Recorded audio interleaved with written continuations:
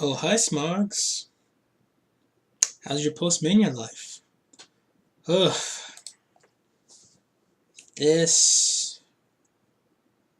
I don't even know where to begin. You know, WrestleMania and the granddaddy of them all used to be known as a showcase of the immortals. And even though I knew that this pay-per-view, this WrestleMania on paper, was complete utter trash, as I said a couple times on this channel and numerous times on Twitter, then I had a small bit of hopes for it, just because it was WrestleMania. I like to think of myself as a realist, and if I'm wrong, I'm wrong. And this is the scenario where I thought, okay, if I'm wrong, fine. I'm more than happy to be wrong. I hope I'm wrong. But again, I'm a realist, so pre-show, you had the fifth annual Andre the Giant Memorial Battle Royal. Bray Wyatt came and helped Matt Hardy, even though Chris Wayne was deleted. So yeah, I guess Matt Hardy and Bray Wyatt are just magically friends now, and Matt Hardy won. So yeah. Oh, and by the way, real quick before I forget, this WrestleMania was like the now sports analogy of 3-1, meaning your team is up 3-1 in a series. Best of 7 usually, obviously, and your team just chokes and just completely gets swept along the way. Or as I like to say it, what Atlanta Falcons felt after last year's Super Bowl. This was pretty much that. Like the first half, a little over half, was pretty good. Not bad. And then nosedive down, and it stayed down. And if possible, it just kept going down. So then you had the tournament finals between Cedric Alexander versus Mustafa Ali. Yippee. Cedric Alexander wins. Who cares? And then you had the inaugural Women's Battle Royal. Again, who cares? Naomi, amazing, won the Human Glow Stick. Won the Vagina Battle Royal trophy. Before anyone says, oh, you're being sexist, tell me it doesn't look like uterus. I rest my case. So then we go on to the main card. And again, this is actually when it started to get good. Kicked off well. Triple threat match for the Intercontinental Championship between Seth Rollins, Finn Balor, who wasn't that Demon King, and I saw so many tweets on Twitter about, ooh, I thought he'd be the Demon King, what the hell? Look, if he was the Demon King, they would have, Demon Balor, I guess you could call him too. I'm pretty sure they would have advertised it at least a week before him. They did not, so calm down. Versus The Miz, and I swear I thought Finn was going to win this one. Seth won on Raw. Miz is probably going to take some time off, go be baby daddy. But no. Pretty good match, though. And Seth wins via the blackout, aka the curb stomp on The Miz. 1, 2, 3. Seth Rollins is now Grand Slam champion. In case you don't know, former United States champion, former tag team champion, and former WWE champion. Of course, now he's the Intercontinental champion as well. So, good luck, Dean Ambrose. Now it's your turn. Alright. By the way, shout out to Dean Ambrose, the lunatic fridge, for being skinnier than his wife. I don't know where I got the Vince voice from there. So now you go to this match. SmackDown Women's Title match. You had Asuka. I can't handle Asuka. No one wants to handle. Yeah, that's the problem thing. Someone did handle Asuka here. Asuka versus Charlotte Flair for the SmackDown Live Women's Championship. And it's funny how 4 years ago, of course, we were in New Orleans. She was part of the entrance of Triple H. That was a curtain jerker. Triple H versus Daniel Bryan. She was part, of course, of the entrance, the King of Kings entrance with Sasha Banks, whose hair was normal then, and little evil cheerleader, little Alexa Bliss. So those are kind of funny how you see what happens 4 years from now, where they're both Alexa and Charlotte. They both got kind of like unique goddesses, queens, like entrances. So it was kind of cool to see like where they've gone from. Started from the bottom, now we're here type of deal. No, I can't stand Drake. Let's run to the story. Asuka versus Charlotte. Okay match, pretty physical for the most part. Surprisingly enough, Charlotte wins with the figure eight, and once again, well, I say once again, but yeah, New Orleans, home where streaks come to die. Of course, Undertaker's long WrestleMania streak ended, 21-1. And then now Asuka's 800 plus days, whatever BS streak is over. Thank God. Thank you. Yeah, literally, thank you God. Thank you God. Freaking hell. Asuka and her stupid, overrated, overpushed, dumb ass streak that like no one cared about. Oh, Asuka's in the ring. I wonder if she's gonna lose. Nah, son. See what happens? Like, honestly, imagine this went off for another, like, 200... Rumor has it they're probably going to do it till, like, Ronda Rousey, I think, next year. Imagine, like, 300... That's, like, what, 1,100 plus days, and Ronda ends the streak. Imagine how draining that would feel. It feels draining with this, let alone, like, over 1,000 freaking days. So, yeah, thank God Asuka's streak is over. But then again, now Asuka's literally just masks. Like Finn Balor, she has no gimmick. It's just, Finn Balor has the face paint, Asuka has the masks. Charlotte was. And I can't stand Asuka, as you guys already tell, so Charlotte obviously retained. But Charlotte and Asuka are having like this nice little moment, like, oh, congrats, you beat me. They hugged. And then John Cena, and I almost forgot about this too, my God, I'm probably going to forget a lot. Freaking from literally the first match, the Andre the Giant Memorial Battle Royal, to this match, the end of the women's match, non-stop, we're getting these John Cena updates. It was just like, oh, John Cena is sitting there next to some fans. He's watching the match very closely. Back to this title match. It's like, okay. I felt like it was back in like 2000, and like, what was it, 2002-ish? 2003? The Randy Orton updates, the RNN. Hey guys, it's Randy Orton here, and my arm's feeling better right now, but I should be back in the ring anytime soon. You know what I mean? It was like, okay, Cena's with fans, cool. You can show that once. Stop showing that every freaking 10 minutes. God. So yeah, after that, by the way, after the match was over, the point I was trying to make to this was this. Asuka and Charlotte having a little hug moment. Cena, for whatever reason, runs up the freaking ring. And no one explains it. It's like, okay, well, they're having this little moment. Asuka and Charlotte, history was made. Asuka's stupid overrated streak is over. There goes Cena running up the ramp. It's like, okay, screw you girls, here I go. Like, okay. That happened, I guess. It was very bizarre. Speaking of bizarre, Fatal 4-Way for the United States Championship. Yeah, Bobby Roode versus Rusev. Christian Bro. Excuse me. Bless me. Excuse me again. This pay-per-view made me allergic.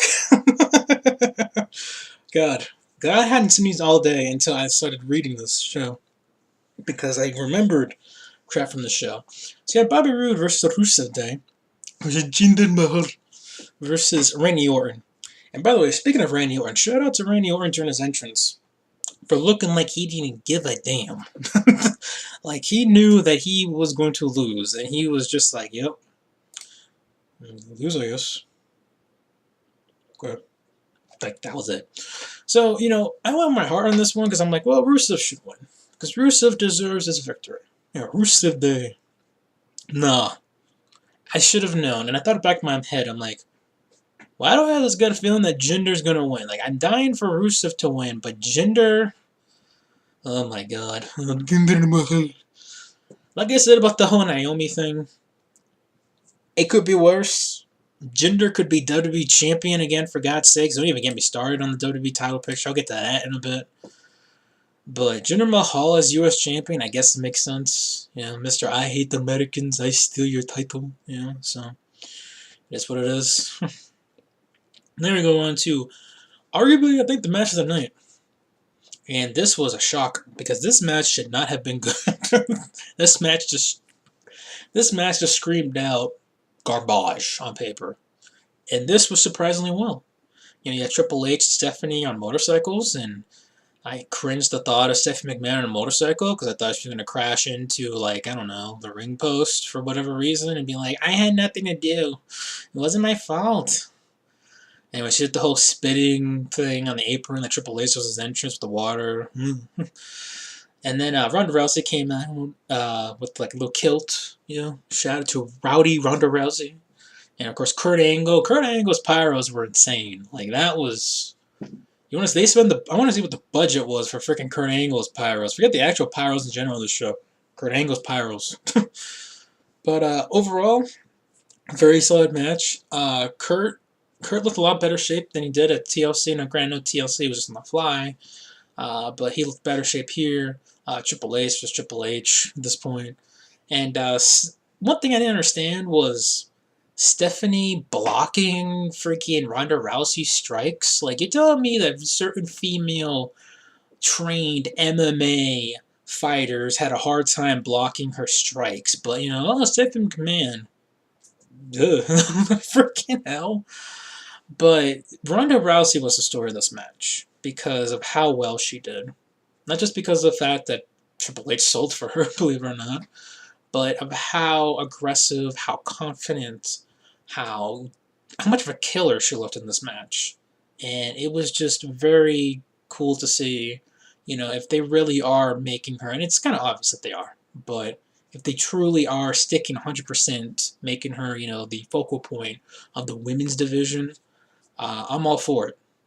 Her promos need to get better, but again, for someone who's had limited training, she passed and then some in this match, and she did great. And, her and Kurt Angle got the victory after she made Stephanie tap out with the, little arm breaker that she had going there. So, it was a good, fun match. Again, it wasn't supposed to be good, but it was good, and it was easily, to me, the best part of the night, really. So, props to that. And then this is when the pay-per-view went down. Really, you're thinking, wait, Chris, you've been speaking very positive about the show, really. Right. This is when it ends. This is when it goes striking downhill. Oh, God. The SmackDown Tag Team title match. The New Day versus the Bludgeon Brothers versus the Usos. Now, we've seen the New Day and Usos. They tell good stories. They have good matches. And it's obviously who was going to win this one. But who cares about the Bludgeon Brothers? Yeah, Luke Harper and Eric Rowan. Yeah, they were something like 4 years ago. Who cares about them now? Like with their corny Thor, oh yeah, the hammer, gimmick. I don't know. They win. I mean, it's Eric Rowan's first title. There's that. Not counting NXT with the tag team titles. So there's really nothing match. I mean, it was relatively kind of short. It just made this match was just there to make the Bludgeon Brothers look like killers. So that's how it really was.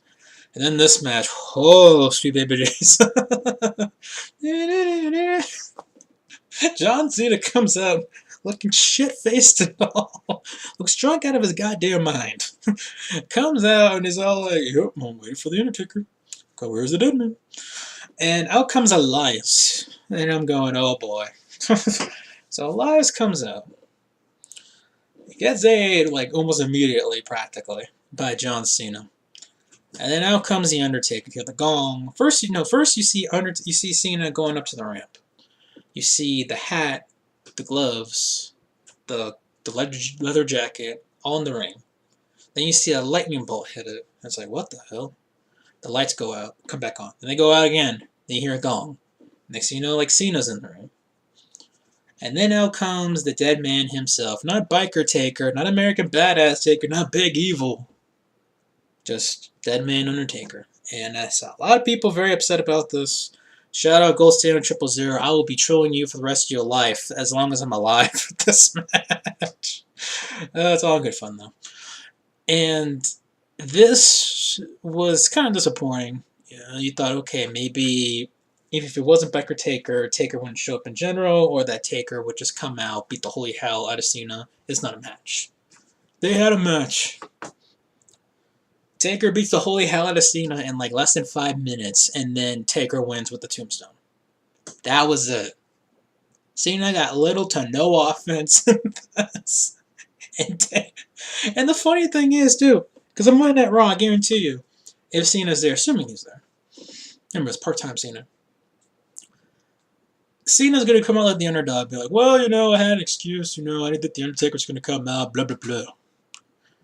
I told you guys before, Cena comes off as this pompous asshole on this feud about, oh, I want to face the dead man.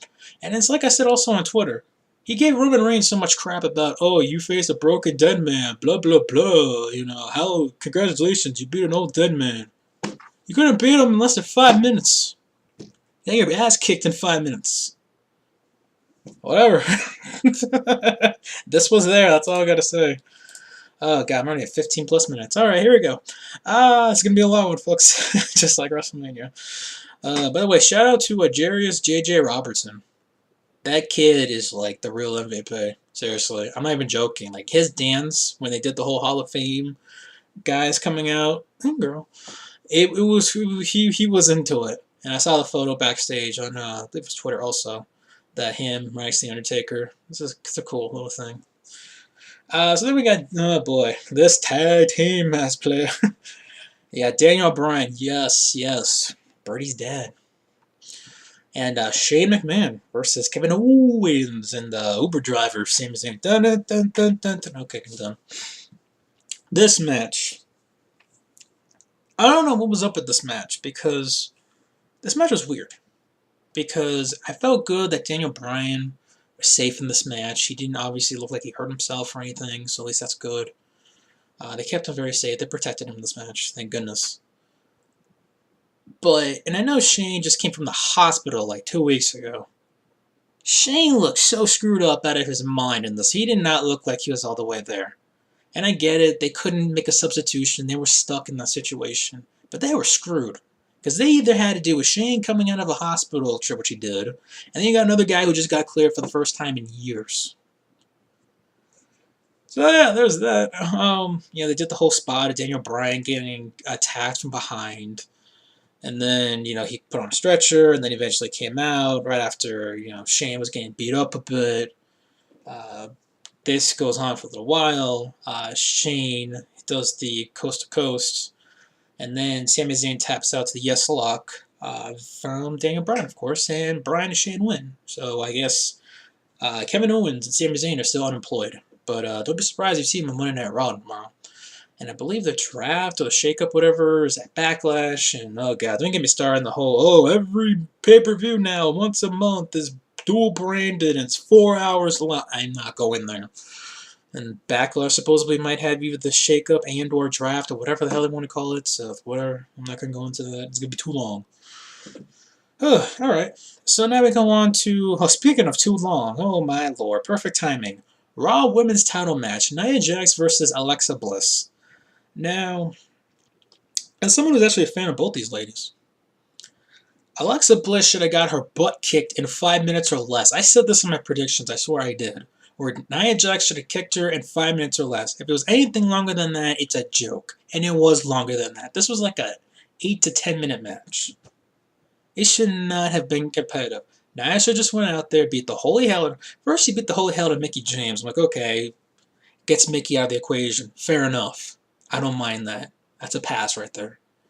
But then, holy sweet baby Jesus. Freaking, oh no. Kick out freaking the Twisted Bliss, and then this, and then that, and Nia's having a hard time trying to hold on to a little Alexa Bliss, the little evil cheerleader, her former best friend, and like caramba, man, like this was there. Like you compare this to the SmackDown Women's match, not even close. Like Charlotte and Asuka, as much as it's like Asuka, at least that match was fun to watch. What the hell was this, man? This went way too long. And I'm not saying the match itself was garbage. But, again, it was a little too long. Nia won, thank God. But I wouldn't be surprised within like a week or so. Alexa gets the belt back because, LOL, WWE. Okay, so now we go on. Speaking of LOL, WWE, I love how just like connecting with this. I'm not even doing it on purpose. This is what happens when you don't edit stuff and it's on the fly. WWE title match, Shinsuke Nakamura versus AJ Styles. The champ that runs the camp. Oh my god. This was your dream match. Okay, for all you smarks, this was your dream match. This is a match that you were dying for over a freaking month. Oh, this is the main event. The WWE titles in there. On a dream match. It happened in freaking Japan, and from what I heard, the match in Japan was at least 10 times better than this. This was dull and boring. Alright, and it felt like it never ended. And I'm not taking shots at AJ, because AJ actually looked like he freaking tried. Shinsuke, once again, being the lazy contempt guy that he is on the main roster, just never got through past first gear. Nakamura, ever since he's been called up, has been like, oh, I'm here, guys. Yeah. Okay. Like, I mean, I'm not a fan of Nakamura by any stretch of imagination. But at least on Nakamura, I can say, well, you know, he's looked interesting in NXT. I've seen some of his, God forbid, indie work. Looked interesting there. Ever since he's got called up to the main roster, and don't give me this, oh, well, it's the production. No. Nakamura is just happy to be there. And he's just, nah. This is the guy you want to see become WWE Champion. Yeah, okay. Anyways, AJ wins, surprisingly enough, with Styles Clash. And it had a little, like, indie moment. Oh, I respect you, let's hug. And then Nakamura just randomly hits a low blow to AJ. Oh, he turns heel, guys! Just like the night before with Roderick Strong. This makes, like, little to no sense. The Triple H must have booked this. You know he did. Oh, well, you know, I see it make more sense. Let me pull this BS and try to make sense. He attacks AJ with the Kinshasa outside the ring, right in front of the ramp. And yeah, and I don't want to hear this whole, oh, well, Chris, you know, extends the feud and it gives Shinsuke to... It still makes no sense. If this was happening to build up to the feud, fine. I'm perfectly okay with that. But you're telling me you're not going all out on the biggest show of the year at WrestleMania is one of the dumbest things I've ever heard in my life. Whatever, it's WWE, they can do whatever the hell they want with their stupid network. And speaking of stupidity, oh my freaking word, the hits just keep on coming, I'm telling you. I'm telling you, the first few matches were fine. Then it got worse and worse and worse and worse, it seemed.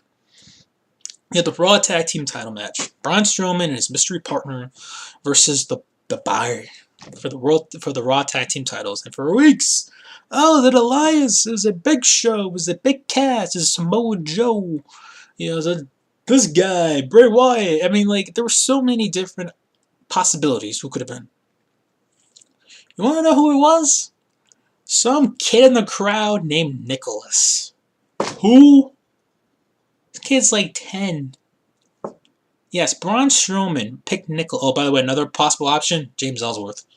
Like, Nicholas was the best thing they could have come up with. Nicholas, the kid, spoiler alert, who has as many wins as, like, the Big Show at WrestleMania now. What is life? So Braun picks this kid to be his tag team partner, and the whole point of it is just literally Braun killing both of them, and the kid's just standing there. And Braun and Nicholas become the new Raw Tag Team Champions.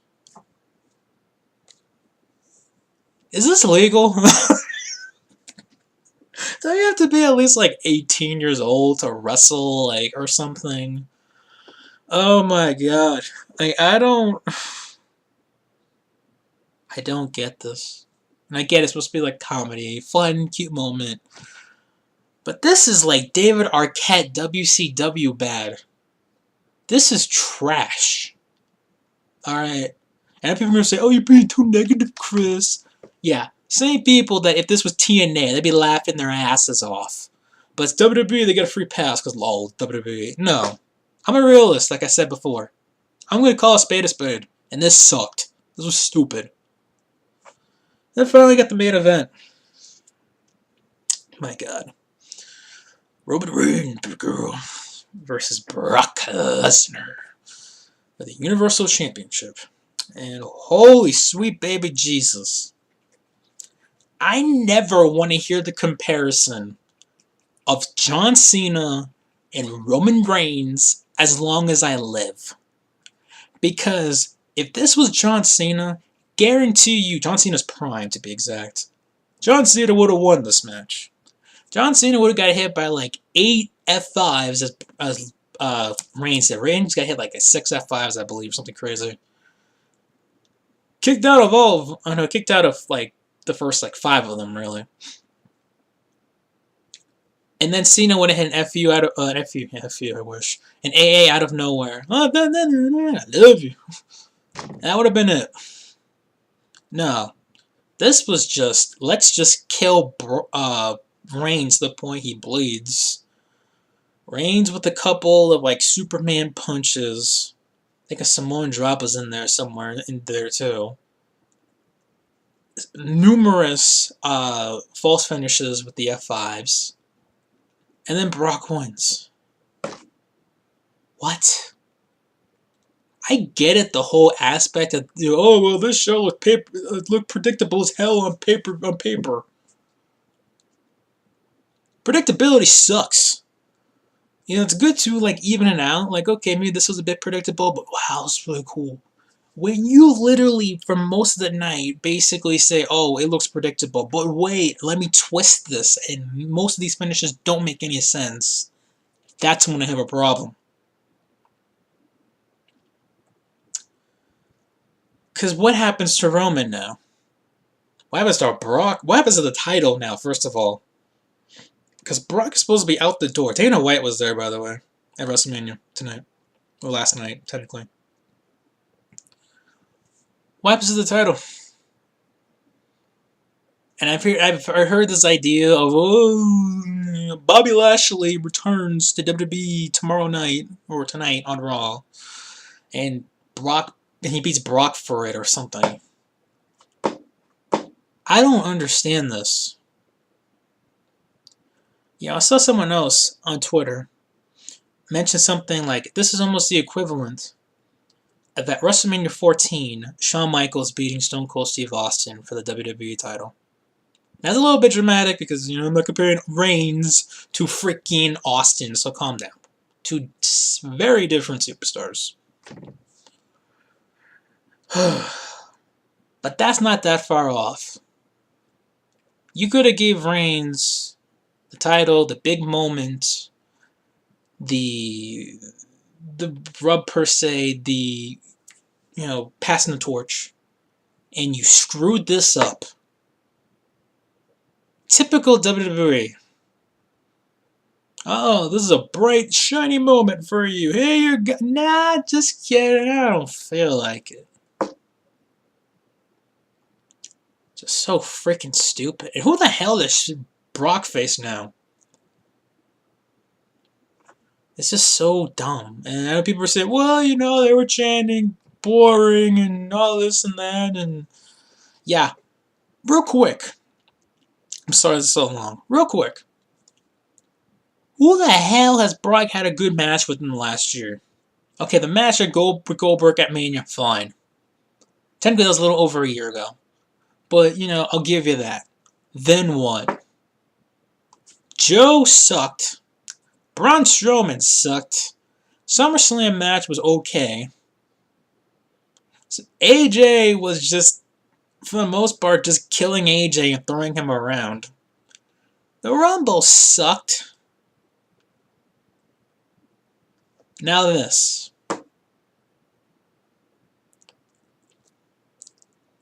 Just so stupid. Just this whole I'm going to say a whole show. Most of the show was stupid. Again, it had its moments where I was like, okay, that's cool. I like it. Makes sense. But I'm telling you, after like hour 3 or 4, forget it. The first half of the show was pretty good. Or at least okay. Worst case scenario, okay. Second half, garbage. And usually at WrestleMania, you're kind of like, okay, I could see maybe where they're going for in the future with this and that and so on and so forth. I have more questions now after the show than I did before. I didn't even know that was even possible. Oh god, WWE. God damn it. Like, seriously, I think I'm done. I'm taking a hiatus from WWE. Seriously. This was the last straw for me. Now, I don't watch any of their shows. Weekly shows, to be specific. And you probably guess, oh, Chris, when are you going to get your wrestling fix in? I don't know. Impact Wrestling, freaking Lucha Underground? I have no clue. Think you're crazy if you think I'm going to watch New Japan or freaking Ring of Honor, especially when I hear some smarks are like, oh, well, we kind of don't know what direction they're going. Oh, have a great time checking on them, huh? Oh, God. But this was just nauseating. Like, this was literally, this show. It's funny how last year's WrestleMania was supposed to be like a theme park because of Orlando, the roller coaster in the background. This was more of a freaking roller coaster in itself. Because when you start at the roller coaster, what happens? You go really, really, really, really, really, really, really, really high. And then usually in the middle, you kind of get the thrill. It's like, all right, we're going down, but it's fun. It's okay. It's cool. And then near the end, you're bummed out because it's like either A, it's over, or B, you feel sick. It's the latter of the two for me. I feel sick after watching this. Like, physically ill. And mentally. Mentally, for sure. God, this show, man. And it's sad, too. Because, again, I had, like, no expectations for it. But I just had that tiny bit of hope. Screw that. But, yeah, what a show. Half an hour. You guys still watching this? You're crazy, okay? God.